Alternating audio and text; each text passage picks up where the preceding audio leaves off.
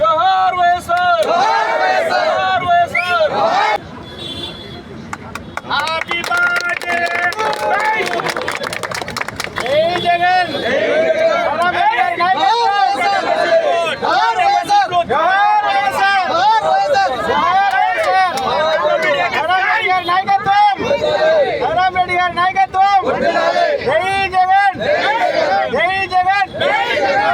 అపర భగీరథుడు వైఎస్ఆర్, అపర భగీరథుడు వైఎస్ఆర్.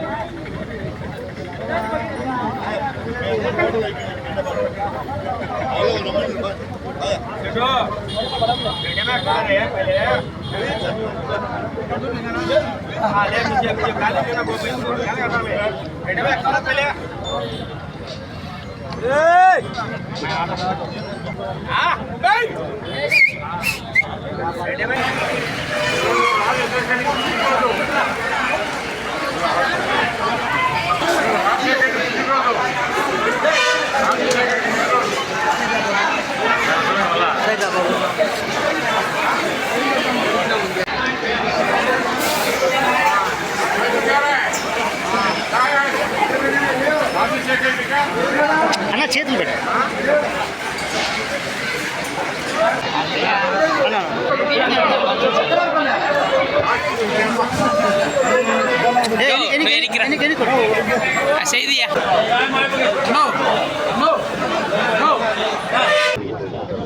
జూలై 8వ తారీఖు అంటే ఆంధ్రప్రదేశ్లో, ఉమ్మడి ఆంధ్రప్రదేశ్లో, నాట్ ఇప్పుడు తెలంగాణ కలుపుకున్నట్టు ఆంధ్రప్రదేశ్లో రాజశేఖర రెడ్డి గారి యొక్క జన్మదిన ఫంక్షన్స్ ఈరోజు మొత్తం తెలంగాణలో కానివ్వండి, ఆంధ్రప్రదేశ్లో కానివ్వండి, అదే రకంగా మిగతా రాష్ట్రాలు కానివ్వండి, మిగతా దేశాలలో కూడా ఈ జయంతి వేడుకలను అక్కడక్కడ నిర్వహించుకుంటున్నారు. మరి ఈ రాష్ట్రానికి దాదాపు 18 మంది ముఖ్యమంత్రులు పరిపాలించారు. 18 మంది ముఖ్యమంత్రులు పరిపాలించారు.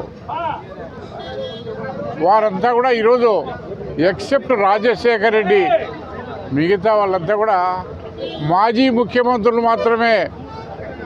వాళ్ళంతా మాజీ ముఖ్యమంత్రులు మాత్రమే.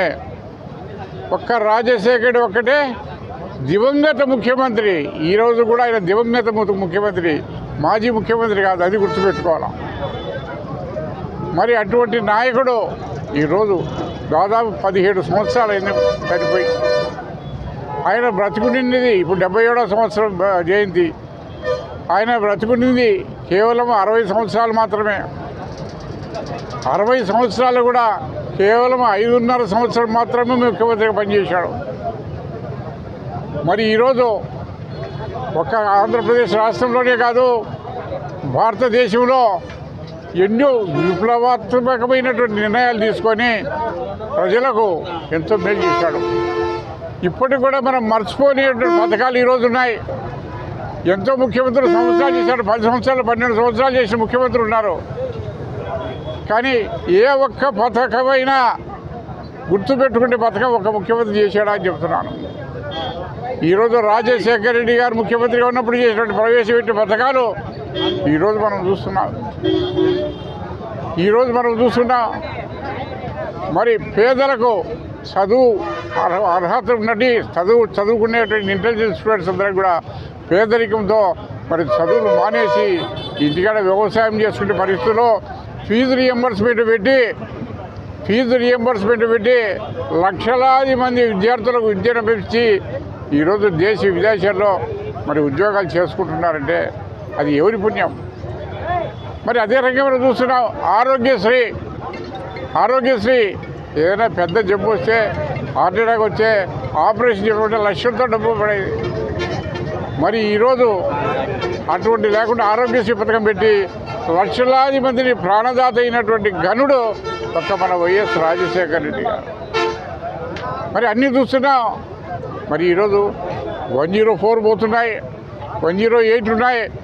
ఎవరి పుణ్యమది?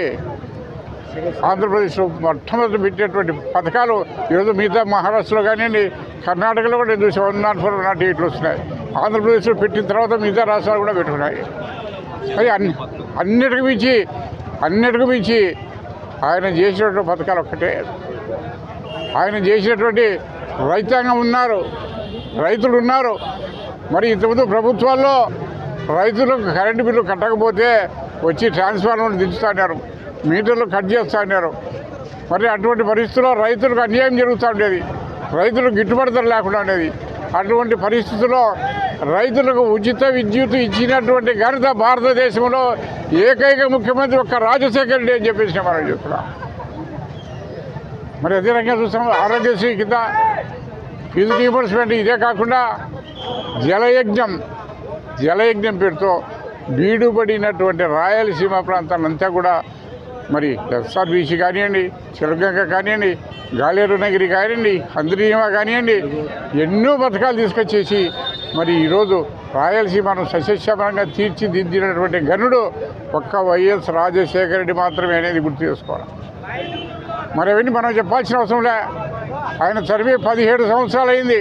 అయినా కానీ ఇప్పటికి కూడా మరి ఆయన జయంతి వేడుకలను దేశమంతా కూడా చేసుకుంటున్నారంటే ఆయన చేసినటువంటి కార్యక్రమాలే అని చెప్పి నేను మనం చూస్తున్నాం. మరి అదేవిధంగా మహిళలకు ఎన్నో పావుల వడ్డీకి ఇచ్చాడు, రైతులకు ఎన్నో రకాల సాయం చేశాడు. ఉచిత కరెంటు ఒకటే కాదు, గిట్టుబాటు ధర కానివ్వండి, ఎన్నో పథకాలు ఇచ్చాడు. మరి ఈరోజు ప్రభుత్వాలు ఉన్నాయి. ఆరోగ్యశ్రీ నీరు గారిపోయింది, ఫీజు రీయింబర్స్మెంట్ అడ్రస్ లేదు, 104, 108 మూలన పడిపోయినాయి. ఎందుకంటే ఇవన్నీ కూడా సక్రమంగా జరిగితే రాజశేఖర రెడ్డి ఎప్పుడు వాళ్ళకి గుర్తొస్తుంటాడు. అందువల్ల ఏది ఏమైనా కానీ ఫీజు రీయింబర్స్మెంట్ పట్టిందంటే ఎవరికి గుర్తొస్తుంది? రాజశేఖర్ వస్తుంది. ఆరోగ్యశ్రీ కింద ఎవరికైనా ప్రాణాలు రక్షించినట్టు ఎవరి పేరు వస్తుంది? అందువల్ల రాజశేఖర రెడ్డి పేరు పోవాలనేసి ఈ ప్రభుత్వాలు ఎన్నో సంవత్సరాలు ముఖ్యమంత్రిగా ఉన్నారు. మరి ఏదైనా ఒక్క పథకం ఉందని పెట్టింది. మరి ఈరోజు చచ్చిపోయి 17 సంవత్సరాలు ఈరోజు గుర్తు పెట్టుకుంటామంటే దానికి కారణం ఏంటి? ఆయన చేసిన పథకాలు, అది చేసిన మంచి పనులు ప్రజలు ఇప్పుడు మర్చిపోలేరు. ఎప్పుడు చిరస్మృతిగా ఉండేటువంటి నాయకుడే ఒక వైఎస్ రాజశేఖర్ రెడ్డి గుర్తుపెట్టుకోవాలి. Thank you.